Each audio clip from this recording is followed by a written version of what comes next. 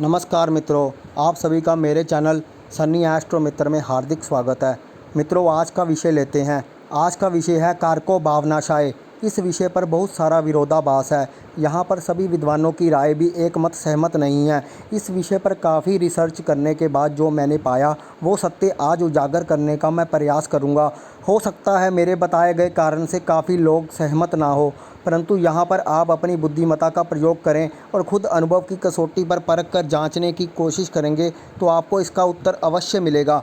अक्सर कारको भावनाशाय के विषय में यही कहा जाता है, जब उस भाव का कारक उसी भाव में बैठ जाता है तो उस भाव की हानि करता है, परंतु व्यावहारिक रूप से यह सत्य नहीं पाया गया। अब एक और सिद्धांत की बात करते हैं। ऐसा कहा जाता है भाव, भाव का कारक, भाव का स्वामी, इन तीनों स्थितियों को देखना चाहिए। ये एक बेसिक नियम है। ये बात कुछ हद तक सही प्रतीक होती है, परंतु भाव का स्वामी इस विषय पर थोड़ा सा मेरा मत अलग है। अब कारको भावनाशाय का सत्य आप सबसे साझा करने जा रहा हूँ। कारको भावनाशाय के पीछे जो सिद्धांत है उस पर विचार करने से ज्ञात होता है, जब किसी भाव का कारक उसी भाव में स्थित होता है, उसी भाव का वो स्वामी भी होता है और उसी भाव में स्थित भी होता है, तो एक साथ तीनों फैक्टर पर एक जैसा प्रभाव पड़ता है और उस पर किसी पापी नैसर्गिक ग्रह का प्रभाव होने से उनके साझे तथ्यों की हानि हो जाती है। जब भाव, भावेश और कारक तीनों बलवान होते हैं तब उस भाव का अच्छा फल प्राप्त होता है। जब भाव, भावेश और कारक तीनों निर्बल हो जाते हैं तब उस भाव का अच्छा फल प्राप्त नहीं हो पाता है। जैसे गुरु पंचम भाव में अपनी ही राशि में स्थित हो और किसी नैसर्गिक पापी ग्रह द्वारा युक्त अथवा दृष्ट हो तो उस पाप ग्रह का प्रभाव पुत्र कारक तीनों अंगों पर अर्थात पुत्र भाव, पुत्र भावाधिपति तथा पुत्र भाव कारक गुरु पर पड़ेगा, जिसके कारण ये योग पुत्र के अभाव का सूचक होगा। सबसे पहले हमें ये समझना होगा, गुरु पुत्र संतान का कारक है। अगर कारक भावनाशाय का सिद्धांत लागू होता है तो पुत्र संतान में कमी उत्पन्न करेगा, परंतु पुत्री अवश्य दे सकता है, क्योंकि ज्योतिष शास्त्र में संतान के लिए पंचम से पंचम भाव पर विचार करने को कहा गया है। अन्य स्थितियां खराब होने पर हो सकता है संतान ना भी हो, परंतु ये बात का विषय है। अब उदाहरण कुंडली से इसको समझने का प्रयास करते हैं।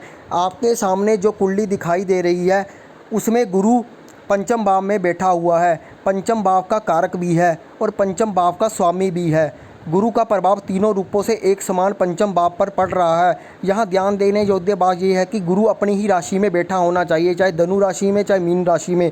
इस कुंडली में गुरु मीन राशि में बैठा हुआ है। अब राहु और शनि की दृष्टि गुरु पर होने से या कोई भी नैसर्गिक पापी ग्रह की दृष्टि अगर पंचम भाव पर पड़ेगी तो एक साथ तीनों फैक्टर यानी गुरु का कारक नष्ट हो जाएगा, यानी पुत्र संतान में कमी होगी।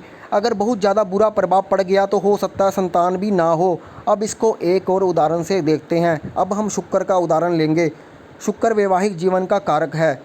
शुक्र सप्तम भाव का भी कारक है। कहते हैं सप्तम भाव में बैठा हुआ शुक्र पत्नी सुख में कमी करता है या शादीशुदा जीवन को खराब करता है, परंतु ये सिद्धांत तभी लागू होगा जब शुक्र वृष या तुला राशि में बैठा हुआ होगा, क्योंकि शुक्र सप्तम भाव का कारक भी होगा, सप्तम भाव का स्वामी भी होगा और सप्तम भाव वैवाहिक जीवन का भी है। तो उस पर जब कोई पापी ग्रह की दृष्टि पड़ेगी तो एक साथ शुक्र के तीनों कारक नष्ट हो जाएंगे और ये कारको भावनाशाय का सिद्धांत पूरी तरह से लागू हो जाएगा। इस कुंडली में शुक्र पर शनि और राहु की दृष्टि होने से शुक्र के तीनों फैक्टरों पर एक साथ प्रभाव पड़ता है और वैवाहिक जीवन खराब होने के आसार लागू हो जाते हैं। अंत में एक बार फिर से यही कहना चाहूँगा कि जो ग्रह जिस भाव का कारक है उसी भाव का वो स्वामी भी होना चाहिए और उस पर पाप प्रभाव भी होना चाहिए, तभी ये नियम लागू होगा। मित्रों, अब इस चर्चा को हम यहीं पर विराम देते हैं।